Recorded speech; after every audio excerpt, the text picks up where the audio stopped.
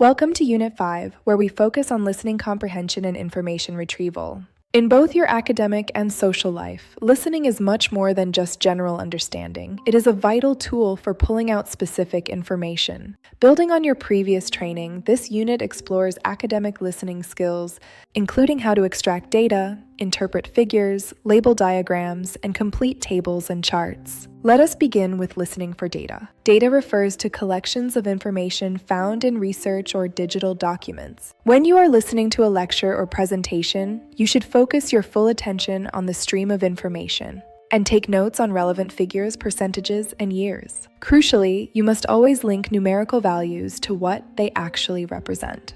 Without that context, the data loses its utility. Remember, data is not always just numbers. It can also be presented through words and statements. Next, let us consider figures, which are visual representations like drawings or illustrations.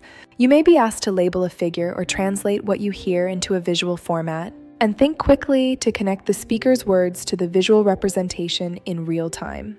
To succeed, pay close attention to the specific data being shared. Labeling diagrams is another active process. Listen for transitional signals like firstly, secondly, or next, which tell you exactly when a specific component is being discussed. As you listen, observe the diagram closely to identify the area being described. Then, ensure that you label it immediately. Speakers will often use specific methods to direct your attention, such as directional terms like north or south, prepositions like on the right or under, or descriptors for size and order of importance. Finally, we look at tables and charts, which are excellent for compressing large amounts of information. Charts usually illustrate changes over time, while tables organize lists of facts or figures into columns. Your goal here is to practice storing information directly into these structures while you listen. If a table or chart is already partially filled, use it as a guide to help you capture the most relevant data. Ultimately, your ability to retrieve and synthesize information through active listening is a core competency